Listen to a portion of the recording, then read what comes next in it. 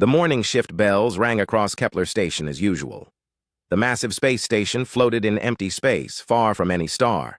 It was a place where different alien races came to trade and talk. For 300 years, no big fights had happened. Here, everyone followed the rules. Captain Deho walked down the long metal hallway of his ship, the Meridian. His boots made soft sounds on the floor. He was thinking about the strange message that came in during the night. Someone claiming to be from Earth wanted to meet with the Trade Council. Earth was that small blue planet where humans lived. Most aliens knew almost nothing about humans except that they were new to space travel. Deho stopped at a big window and looked out at the station. Kepler Station was huge. It had 12 different sections, one for each major alien race. The Valax section glowed with soft blue light. These crystal people could control energy with their minds. The Tharn section buzzed with activity. These big bug-like creatures worked together like a hive. The Nixari section looked empty, but that was normal. These ghost-like beings could walk through walls. On the station's main deck, High Trader Kalath was getting ready for another day of business. Her crystal body caught the light and made rainbow colors on the walls. She was reading reports about metal prices when her assistant rushed in. "High Trader, we have received a strange request," the assistant said. "Someone from a species called humans wants to join today's council meeting." Kalath made a sound like wind chimes. This was how her people laughed. "Humans? Are they not? The ones who just learned to leave their home world? What could they possibly offer us?" In another part of the station, Hive speaker Zixandra felt the thoughts of her people flowing through her mind. The Tharn were always connected, sharing ideas and feelings. Today, something felt different. Her people were curious about these humans. Some Tharn scouts had seen human ships before, but they were small and simple. "The humans want to trade," she told her helpers. "But what do they have that we need?" Dr. Nixodal was in his lab, looking at his instruments. He was the best scientist on the station. His job was to study new technology that aliens brought to trade. He had seen ships from every known race. Each one was different, but he could always understand how they worked. When the message about humans came to his screen, he was not very interested. New species always thought they had amazing technology. Usually, they just had basic metal ships with simple engines. War leader Klaxnor of the Tharn was more suspicious. His people had learned to be careful of new species. Some turned out to be dangerous. Others were just annoying. He decided to watch these humans carefully. The council meeting was set for noon. Representatives from all 12 major races would be there. The humans had asked for permission to dock and attend. It seemed like a normal request. Deho got dressed in his best uniform. He had been chosen to represent humanity because he was good at talking to aliens. He had studied their languages and customs for years. As he walked to the meeting room, he wondered what kind of ship the humans would arrive in. At exactly noon, something appeared on the station's sensors. The traffic control officer, a Valac named Texara, looked at her screen and blinked her crystal eyes. The reading had to be wrong. "Scanner error," she muttered, running the check again. The reading was the same. Something very big was coming out of hyperspace. Much bigger than any ship she had ever seen. Space near the station began to bend and twist. This always happened when ships came out of hyperspace, but never this much. The station's lights flickered. Some of the smaller ships docked nearby started to shake. Then it appeared. The ship was massive beyond belief. It was so big that it blocked out the stars behind it. The hull was dark gray metal that seemed to drink in light. Strange patterns of blue energy ran along its sides like veins. Weapons pointed out from its surface like spines on a giant metal beast. The ship was longer than the station itself. Texara dropped her data pad. It clattered on the floor. All across the station, alarms started ringing. Not danger alarms, but the alerts that meant something very big had just arrived. Every alien on the station stopped what they were doing and looked out the windows. High Trader Kalath pressed her face against the crystal wall of her office. "What is that?" she whispered. War leader Klaxnor felt his combat instincts wake up. Every part of his body was telling him to run or fight. But the ship was too big to fight and too close to run from. Dr. Nixotal was staring at his instruments. They were going crazy. The ship was giving off energy readings that made no sense. Some of his machines were showing numbers that should not be possible. Hive speaker Zixandra felt the fear of her people through their mental link. 10,000 Tharn minds were all thinking the same thing. What have we done to anger these creatures? The station's communication system crackled to life. A calm, friendly voice spoke in perfect galactic standard language. Kepler Station Traffic. Control. This is the human vessel Eternal Flame requesting permission to dock. We are here for the scheduled diplomatic meeting. We apologize if our arrival caused any inconvenience. Texara stared at her microphone for a long moment. Her hands were shaking. Finally, she managed to speak. Eternal Flame, this is Kepler Station. You are cleared for docking. Please use Bay 7. Bay 7 was the largest docking area on the station. It was meant for the biggest cargo ships. Even so, the human ship was too big. Only a small part of it could fit inside. The Eternal Flame moved slowly toward the station. Despite its size, it moved like a dancer. There was no wasted motion, no awkward turning. It slid into place with perfect control. A tunnel extended from the station to connect with the human ship. The docking process took 20 minutes. During that time, no one on the station said a word. They all watched and waited. Finally, the airlock opened. The first person to step out was clearly the leader. He was tall for a human, with short black hair and kind eyes. His uniform was simple, but well made. Behind him came a younger woman with her hair tied back. She carried a data pad and stayed close to his side. Admiral Hyunwoo looked around at the aliens who had gathered to meet him. There were dozens of them, representing every major race. They all looked scared or shocked or both. He smiled warmly and bowed slightly, the way humans showed respect. "Greetings," he said in a voice that somehow made everyone feel a little better. "We come in peace. I am Admiral Hyunwoo of the Earth Deep Space Fleet. This is my aide, Lieutenant Yoon-ji." The aliens stared at him. Then they looked back at the massive ship that had brought him here. "We hope you will forgive our late arrival," the Admiral continued. "Traffic in this sector was heavier than expected." High Trader Kaloth found her voice first. "Admiral Hyunwoo, welcome to Kepler Station. I am High Trader Kaloth of the Velak Consortium. We were not expecting such a large vessel." The Admiral looked puzzled for a moment. Then he glanced back at his ship and chuckled. "Oh, the Eternal Flame. She is a bit big, I suppose. We brought her because she has the best diplomatic facilities. I hope she did not cause any problems with your traffic control." Lieutenant Eun-ji stepped forward with her data pad. "We have brought gifts from Earth as tokens of friendship," she said. "Coffee beans, chocolate, and some examples of human art." Dr. Nixotal finally managed to speak. "Admiral, your ship. What class of vessel is it?" "Colossus-Class," Admiral Hyunwoo replied casually. "A mid-range exploration and diplomatic vessel, nothing too fancy." The aliens looked at each other. If this was a mid-range ship, what did their military vessels look like?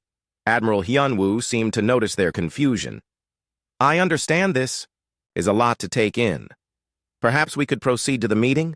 I believe someone mentioned that this station has excellent coffee. I would very much like to try some." And with that simple request, everything changed. The galaxy would never be the same again. Dr. Nixotal could not sleep that night.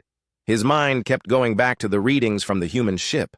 Every time he ran the numbers, they made less sense. The ship was too big, too powerful, and used technology that should not exist. He got up early and went back to his lab. His computers had been scanning the Eternal Flame all night.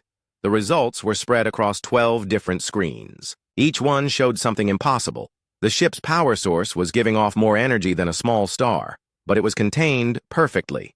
No radiation leaked out, no heat escaped into space. It was as if the humans had tamed a piece of the sun and put it in their ship. The weapons were even stranger. Dr. Nixotal had studied military technology for 50 years. He knew every type of laser, missile, and energy beam used by all the known races. The human weapons were none of these things. They seemed to work by changing the basic laws of physics. Most confusing of all was the ship's armor. When he scanned it, sometimes his instruments said it was there. Sometimes they said it was not. It was like the ship existed in several different realities at the same time. A soft chime told him someone was at his door. He opened it to find a human woman standing in the hallway. She was short and had grease stains on her hands. Her smile was friendly. "Dr. Nick Sodal? I am Chief Engineer So-Min from the Eternal Flame. Admiral Hyun-woo sent me to answer any questions you might have about our ship." The doctor's eyes went wide. You want to answer questions about your technology?" "Of course," So-Min said. "That is why we are here, to share knowledge and make friends." Most alien races kept their technology secret. Ships were scanned from a distance, but no one was allowed inside. The idea of a voluntary tour was unheard of. "Would you like to see our engine room?" So-Min asked. Dr. Nick Sodal nearly dropped his data pad. "Yes, please." They walked together to the docking bay. As they got closer to the human ship, Dr. Nick Sodal felt a strange tingling in his skin. The air itself seemed to buzz with energy. The inside of the Eternal Flame was not what he expected. The hallways were wide and comfortable. Soft lights lit the way. Plants grew in small gardens along the walls. It felt more like a city than a warship. They passed human crew members going about their work. Everyone nodded politely to Dr. Nick Sodal. Some even said hello in his own language. How did they know how to speak Orvani? "Here we are," So-Min said, stopping at a massive door. "The main engine room." The door slid open with a soft hiss. Inside was a space the size of a cathedral.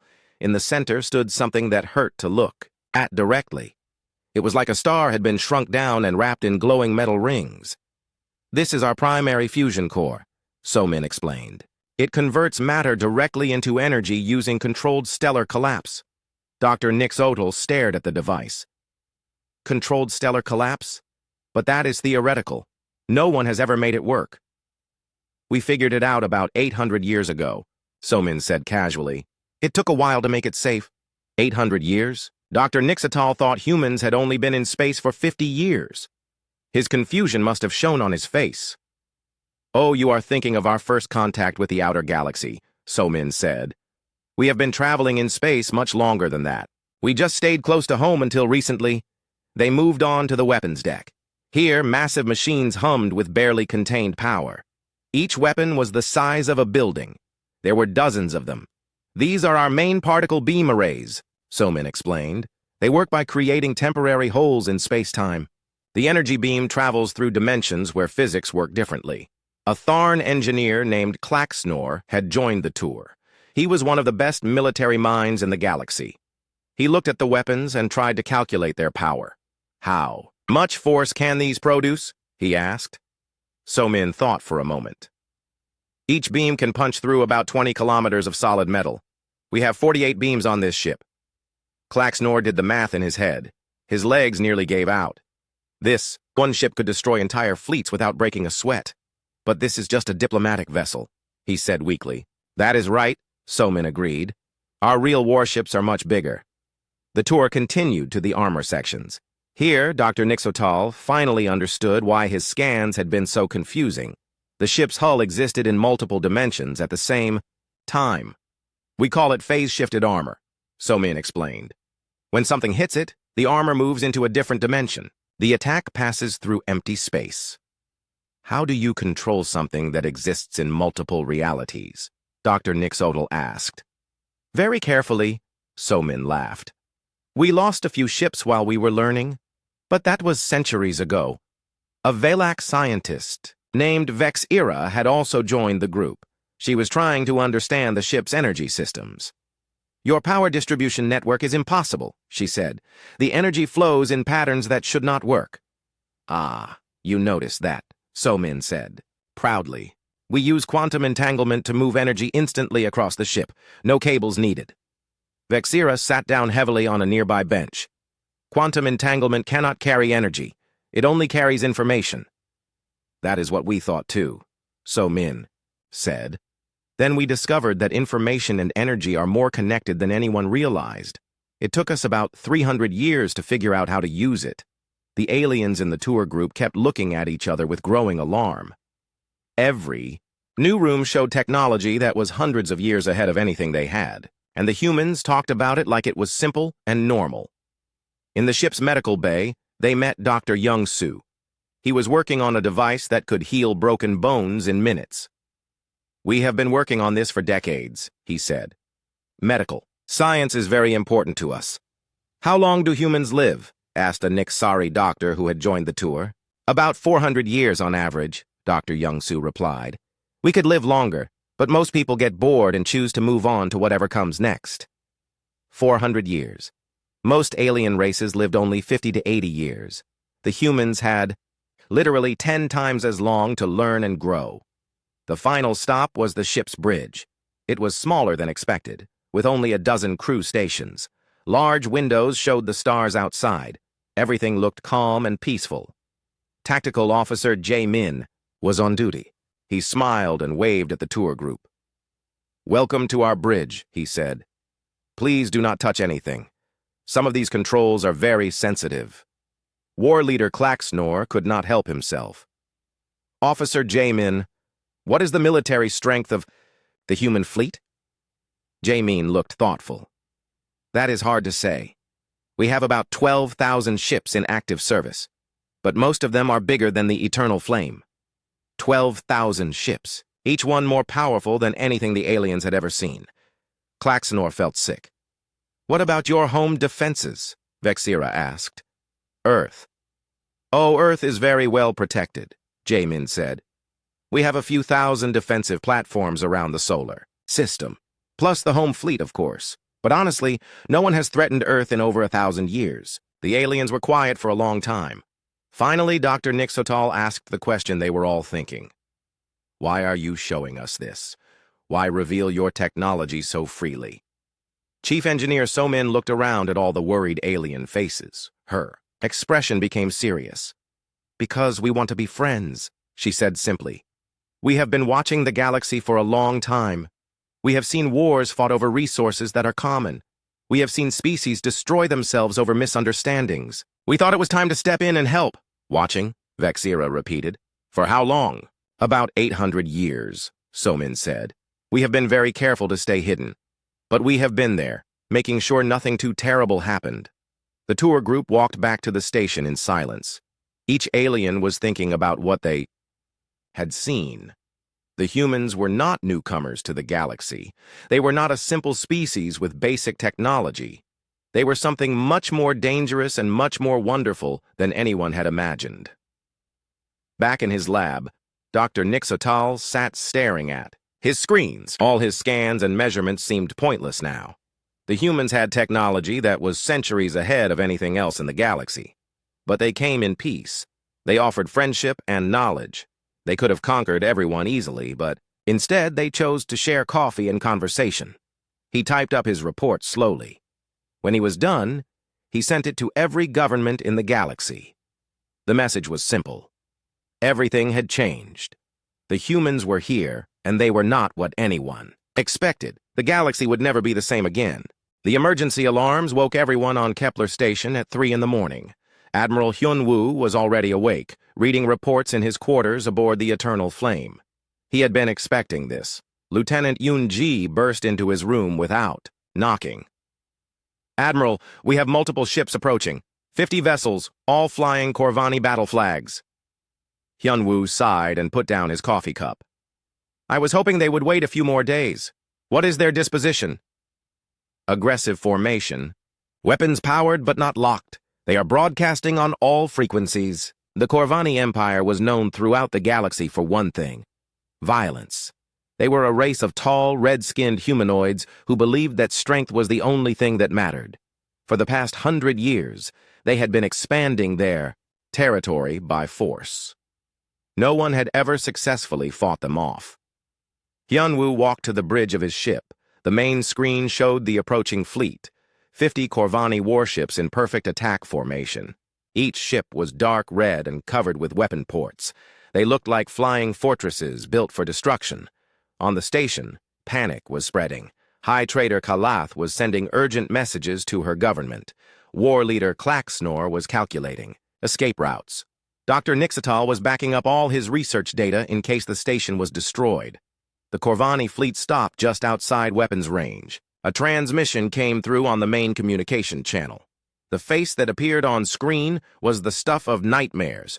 War Commander Kelvath was 7 feet tall with burning red eyes and teeth like daggers. "Attention all vessels," Kelvath growled in heavily accented Galactic Standard. "I am War Commander Kelvath of the Corvani 4th Fleet. We have come for the alien ship that claims to represent humanity." Admiral Hyunwoo nodded to his communications officer. "Put me through." To the Corvani commander. The screen split to show both the human admiral and the Corvani war commander. The difference between them was striking. Hyunwoo looked calm and friendly, like someone you might meet at a coffee shop. Kelvath looked like he ate smaller creatures for breakfast. "War Commander Kelvath," Hyunwoo said politely. "I am Admiral Hyunwoo. How can we help you today?" Kelvath bared his teeth in what might have been a smile. "You can help by surrendering your stolen technology and submitting to Corvani authority. Your species will serve the Empire, as all weak races must." "I am afraid that will not be possible," Hyunwoo replied. "We have prior commitments."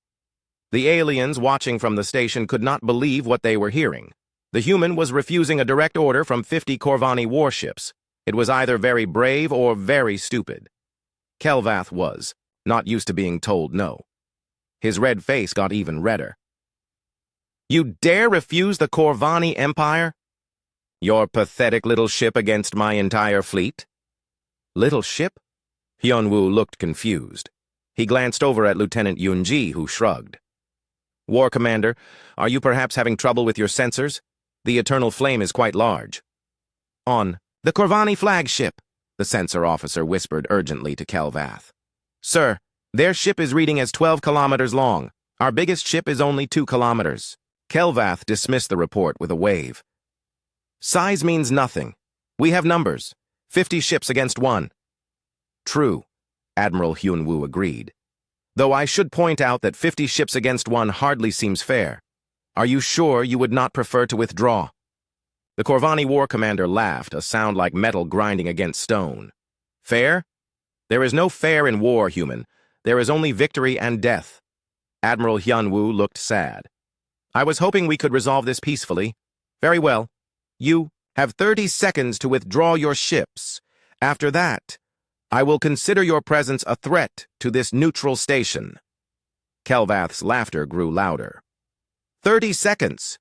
You amuse me, human. We will take your ship apart piece by piece. All vessels, attack formation, prepare to fire.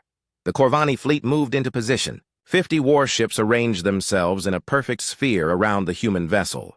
Energy weapons began to glow. Missile tubes opened. On the station, aliens ran for the emergency shelters. Admiral Hyunwoo looked at his watch. 30 seconds, he announced calmly. He turned to his weapons officer. "Yu-jin, defensive pattern 7, please. Try not to damage the station." Weapons Officer Yu-jin was a young woman who looked like she should be in college, not commanding the most powerful weapons in the galaxy.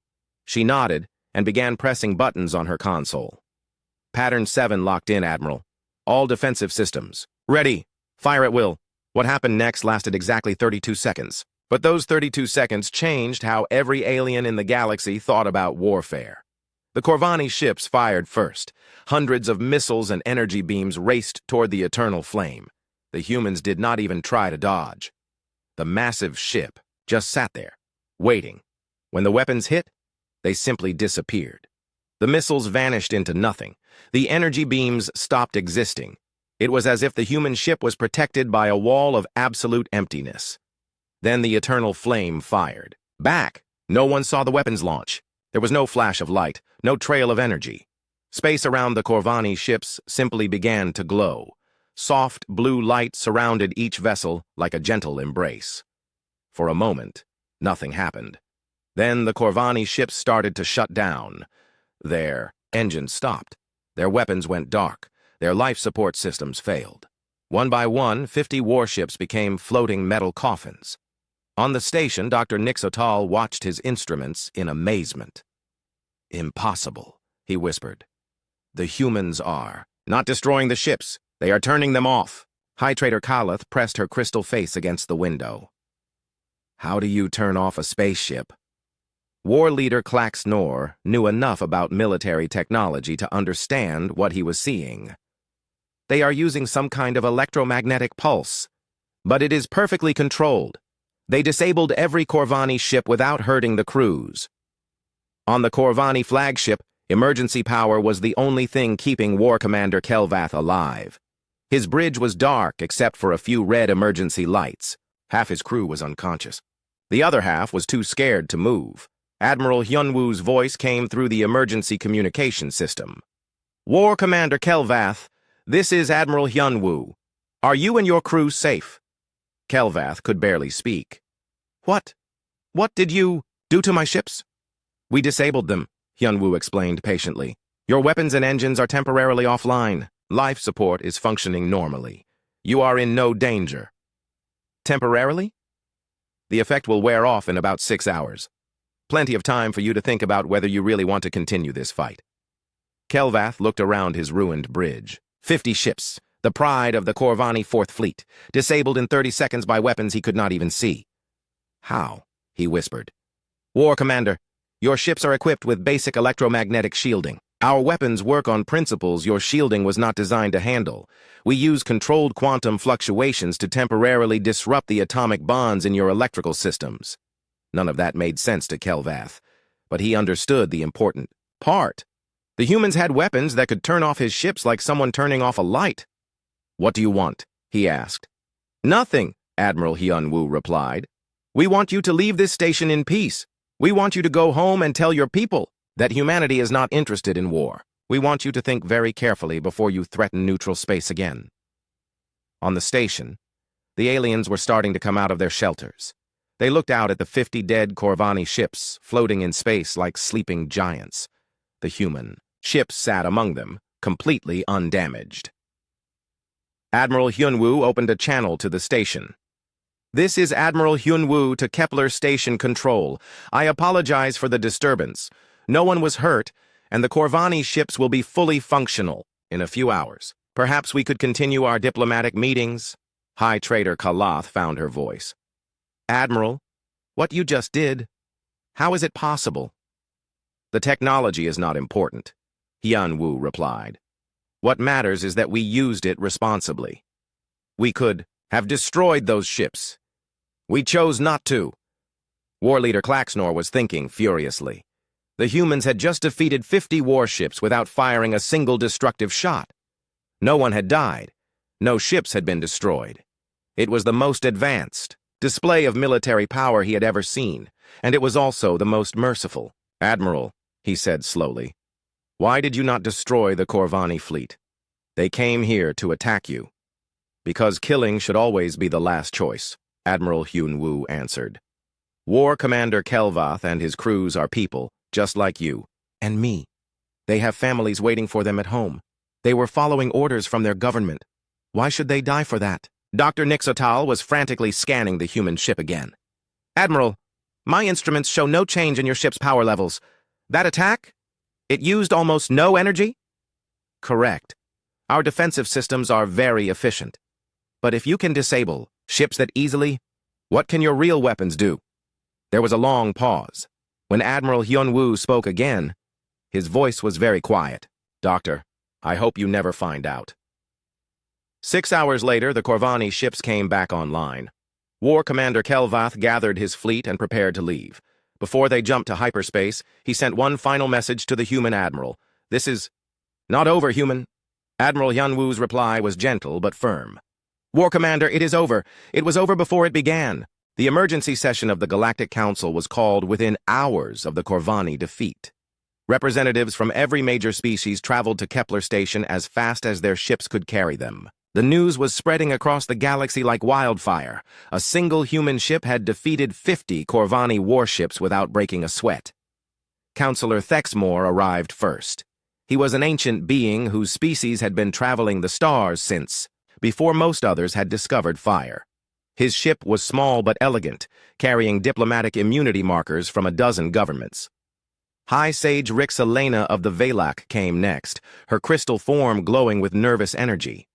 Behind her came War Leader Klaxnor, speaking rapidly in the buzzing language of the Tharn.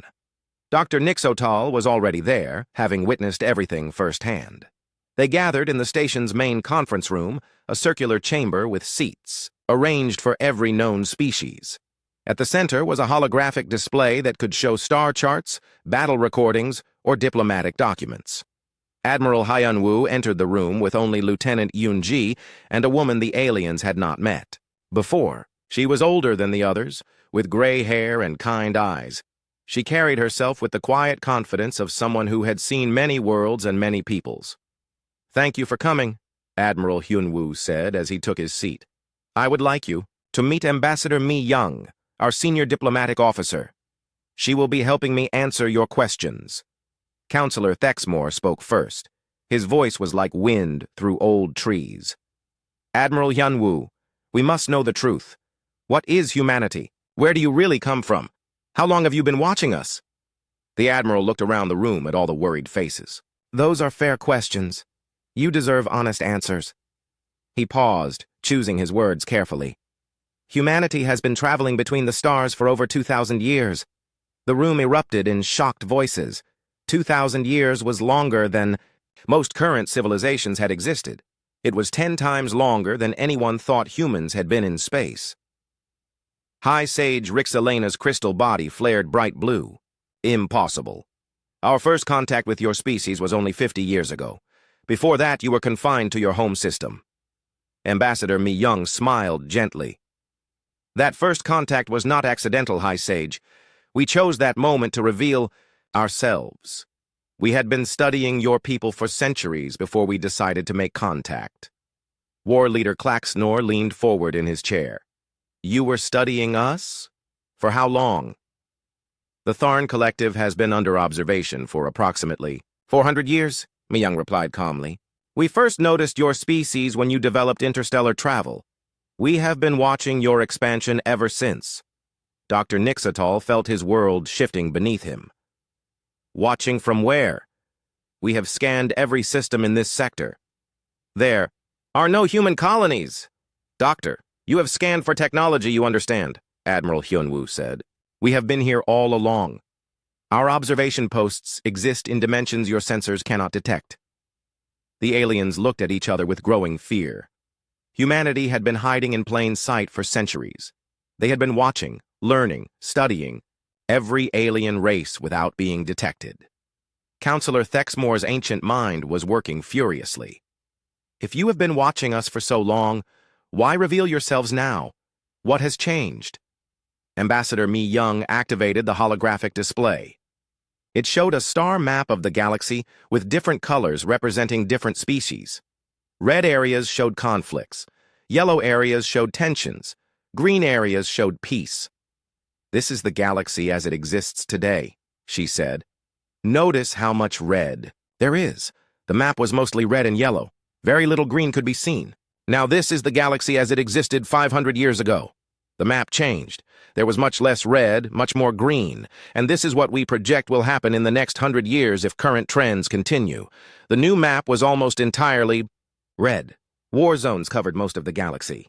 "You are destroying yourselves," Admiral Hyun-woo said quietly. "Species that should be allies are fighting over resources that are common throughout the universe. Governments are spending fortunes on weapons instead of exploration and science. Entire worlds are being poisoned by industrial waste." High Sage Rixalena's light dimmed to a soft glow. "So you decided to intervene." "We decided to stop hiding," Mi Young corrected. "We have been intervening for centuries, very carefully, very quietly, but we have been there." She changed the display again. Now it showed specific historical events. The end of the Velak-Tharn War 20 years ago. The cure for the Nixari Plague. The discovery of the Orvani Peaceful Revolution. Dozens of major events that had shaped galactic history. "The mysterious energy readings that stopped your war with the Tharn," Mi Young asked High Sage Rixalena. "That was us. We jammed your weapons remotely until both sides agreed to talk." "The lucky accident that led to the plague cure?" she asked Dr. Nixatal. "One of our medical teams anonymously shared the research with your scientists." "The solar flare that destroyed the Corvani invasion fleet heading for your homeworld?" she asked War Leader Claxnor. "We used a gravity beam to redirect stellar energy. It saved 12 billion Tharn lives." The room was silent for a long moment. Every major positive event in recent galactic history had been influenced by humans. They had been the hidden guardians of the galaxy for centuries. Counselor Thexamore finally found his voice. Why? Why protect us? Why not simply conquer us? With your technology, you could rule the entire galaxy. Admiral Hyunwoo looked sad. Counselor, we tried the conquest route once. About 1,500 years ago, we had an empire that spanned half the galaxy. We ruled over dozens of species. What happened to it? War leader Claxnor asked. We learned. That conquest makes everyone miserable, including the conquerors, Mi-young replied. Ruling other people is hard work and makes everyone angry. We decided it was better to guide and help than to control. So we dismantled our empire. Admiral Hyunwoo continued. We freed every species we had conquered. We gave them technology to defend themselves. Then we stepped back and watched to see what they would do with their freedom. Some of them used their freedom to attack their neighbors, Mi-young added. Others used it to explore and create beautiful things. We learned to tell the difference between species that could be trusted with advanced technology and those that could not. Dr. Nixotal was studying the historical data. You have been guiding galactic development for over 1,000 years, pushing us toward peace, encouraging cooperation, preventing major wars. When we could, Admiral Hyunwoo agreed, but we could not prevent everything. The Corvani Empire grew too aggressive. The Nexus Rebellion caused too much damage. Some conflicts were too big or too complex for subtle intervention. So you decided to step out of the shadows, High Sage Rixalena concluded. The galaxy is at a crossroads, Ambassador Mi-young said. You can continue down the path of endless conflict, or you can choose cooperation and peace. We revealed ourselves to offer you a third option. Which is? Counselor Thexamore asked. Partnership, Admiral Hyunwoo said simply. We share our knowledge. You share yours. We work together to build something better than any of us could create alone. War leader Claxnor was thinking about the implications. What about species that refuse? What about the Corvani Empire and others like them? They will be contained, Mi-young said firmly. Humanity has been patient for a long time. We have tried gentle guidance and subtle intervention. For species that choose violence over cooperation, we will use more direct methods. Like what? You did to the Corvani fleet? Dr. Nixotal asked. That was us being gentle, Admiral Hyunwoo replied. We disabled their ships without hurting anyone. Next time, we might not be so careful. The threat was delivered with a smile, but every alien in the room understood its meaning. Humanity had the power to end any conflict they chose to end. They were offering partnership to those who wanted it and promising consequences to those who refused. Counselor Thexamore looked around the room at his fellow delegates. What guarantees do we have that humanity will not simply become new conquerors? You say you tried empire before and gave it up. What stops you from trying again? Admiral. Hyunwoo and Ambassador Mi-young looked at each other. Some silent communication passed between them. Show them, Mi-young said quietly. Admiral Hyunwoo activated his personal communicator. This is Admiral Hyunwoo to all human vessels in this sector. Please reveal yourselves. For a moment, nothing happened. Then space around Kepler Station began to shimmer. Ships appeared from nowhere. Dozens of them. Hundreds of them. Some were larger than the eternal flame. Others were smaller but no less advanced. They had been there all along, invisible and watching. We do not rule the galaxy, because we do not want to, Admiral Hyunwoo said as the aliens stared at the massive fleet surrounding them. We could take control of every world, every government, every species. But that would make us responsible for the happiness of billions of people. That is a burden we do not want. Instead, we offer friendship, Ambassador Mi-young added. We offer knowledge and protection. We offer guidance when you ask for it and space when you do not. All we ask in return is that you try to be better than you were yesterday. The aliens sat in stunned silence. The galaxy they thought they knew never existed. 6 months had passed since the revelation at Kepler Station. The galaxy was a different place now. In some ways, it was better. In other ways, it was more complicated. But it was definitely more interesting. Admiral Hyunwoo stood on the observation deck of the Eternal Flame, looking out at the construction site where the first joint human-alien research station was being built. Ships from a dozen different species worked together, sharing technology and knowledge that had been secret for generations. The station was beautiful. Velak crystal technology made the structure glow with soft light. Tharn engineering created spaces that could reshape themselves as needed. Nixari phase shift technology allowed rooms to exist in multiple dimensions, and human gravity control held it all together in impossible configurations. "Admiral," Lieutenant Yunji said from behind him, "Ambassador Subin is ready to begin the ceremony." Hyunwoo nodded and walked to the communications center. On the main screen, representatives from every major species were gathered. Some were on their homeworlds. Others were on space stations or aboard ships. All of them were watching as history was made. Ambassador Subin was a small woman with a big voice. She had spent the last 6 months traveling to every corner of the galaxy, meeting with governments and explaining humanity's offer of partnership. Some had accepted eagerly, others had needed more convincing. A few had refused entirely. "My friends," Subin began, her voice carrying to billions of listeners across the galaxy. "Today, we launch the first vessel designed and built by our alliance. The Dawn's Promise represents everything we can accomplish when we work together." The ship itself was a work of art. It combined the best technology from every species in the alliance. The hull was made from human dimensional armor layered with Velak energy crystals. The engines used Tharn Collective Intelligence navigation systems powered by human fusion cores. The weapons were designed by everyone working together, creating something more advanced than any single species could have built alone. Captain Boram stood on the bridge of the Dawn's Promise, looking around at her crew. There were humans, Velak, Tharn, Nixari, and 3 other species all working together. 6 months ago, this would have been impossible. Today, it was the beginning of a new age. "All stations report ready, Captain," said her first officer, a Velak, named Jintar. Jintar had been one of the first aliens to volunteer for cross-species service. She had spent 3 months learning human procedures and teaching Velak energy manipulation to the human crew. "Engineering reports all systems optimal," added Chief Engineer Klexona, a Tharn who had helped design the ship's revolutionary new engines.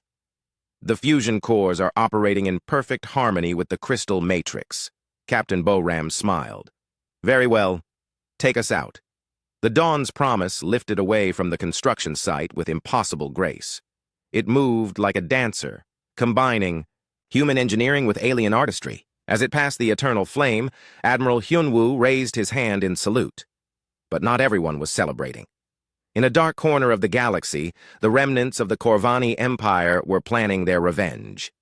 War Commander Kelvath had been disgraced. After his defeat at Kepler Station, he had been demoted and exiled to the frontier worlds, but he had not given up.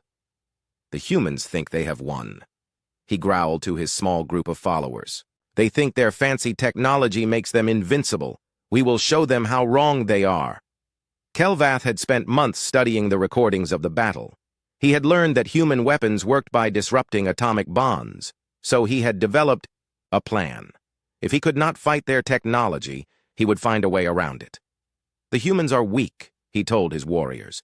"They care too much about protecting the innocent. We will use that weakness against them." Meanwhile, on the Velak homeworld, things were changing in ways no one expected. Young Velak like Jintar were learning human languages and customs. They were asking questions about the universe that their elders could not answer. High Sage Rixalena watched from her crystal palace as thousands of young Velak gathered in the public squares, sharing stories about the human fireship that had changed everything. They spoke of Admiral Hyunwoo like he was a legend come to life. "Elder Rixalena," said her aide, "the young ones are asking permission to study at the new human academies. They want to learn about dimensional physics and stellar engineering." The High Sage's light flickered with worry. "And what do their parents say?" "Many of them want to go too." Change was happening everywhere. On the Tharn homeworld, individual members of the collective were learning to think independently for the first time in their species' history. Human philosophers had taught them that a hive mind was stronger when it included different perspectives. Dr. Nix Otal had been promoted to head of the new Galactic Technology Exchange. His job was to safely share knowledge between species while making sure dangerous technologies did not fall into the wrong hands. It was the most important job in the galaxy, and also the most difficult. He spent his days reviewing requests for technology transfers. The Valak wanted to learn human dimensional engineering. The Tharn wanted to understand individual consciousness. The Nixari wanted to study human gravity control. Everyone wanted something, and everyone had something to offer in return. But there were also worrying reports coming in from the frontier worlds. Ships were disappearing. Trade routes were being attacked. Someone was stirring up trouble in the outer systems. Fleet Admiral Tae-ho read the reports with growing concern. The attacks were too coordinated to be random piracy. Someone was building an army out there in the dark spaces between the stars. "Admiral," his aide said, "we have a transmission from the frontier. Emergency frequency." The message was from a human merchant captain named Namsik. His ship had barely escaped an attack by unknown vessels. "They came out of nowhere," he reported. "Ships I had never seen before. They were jamming our communications and trying to disable our engines. If we had not been carrying the new defensive systems, they would have captured us." Fleet Admiral Tae-ho studied the tactical data from the attack. The enemy ships were using modified Corvani technology combined with weapons stolen from other species. Someone was building a coalition of the discontented. He sent an immediate message to Admiral Hyunwoo on the Eternal Flame. "We have a problem." 3 days later, Admiral Hyunwoo stood in the war room of the Human Deep Space Command. The walls were covered with star maps showing the latest attacks. Red dots marked where ships had disappeared. Yellow dots showed where distress calls had been received. "It is definitely organized," reported Intelligence Officer Dr. Young-soo. "Someone is recruiting from every species that refused to join the Alliance: Corvani, Hegemony survivors, Nexus rebels, and at least 6 smaller groups." "What do they want?" Admiral Hyunwoo asked. "To prove that humanity is not invincible," Dr. Young-soo replied. "They are calling themselves the Independence Coalition. Their message is simple: resist human expansion by any means necessary." Admiral Hyunwoo looked at the maps for a long time. "How many ships do they have?" "Best estimate is 300 vessels. Not large by our standards, but more than enough to cause serious problems for civilian traffic." It was a familiar problem. Every time peace was established, someone would try to break it. The galaxy had always been full of species that preferred conflict to cooperation. The only question was how to deal with them without becoming the tyrants they claimed humans already were. "What about the Alliance?" Admiral Hyunwoo asked. "How are our partners handling this?" "Mixed reactions," Dr. Young-soo reported.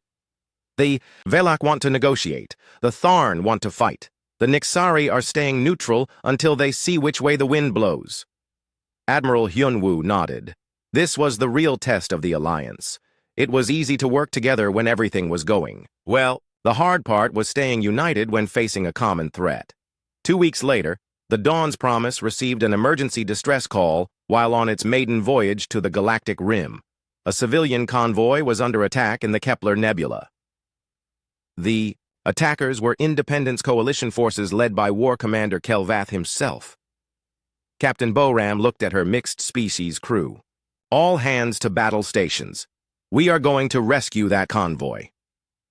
The battle in the Kepler Nebula became the stuff of legends. The Dawn's Promise, with its combination of human, Velak, Tharn, and Nixari technology, fought against 30 coalition ships.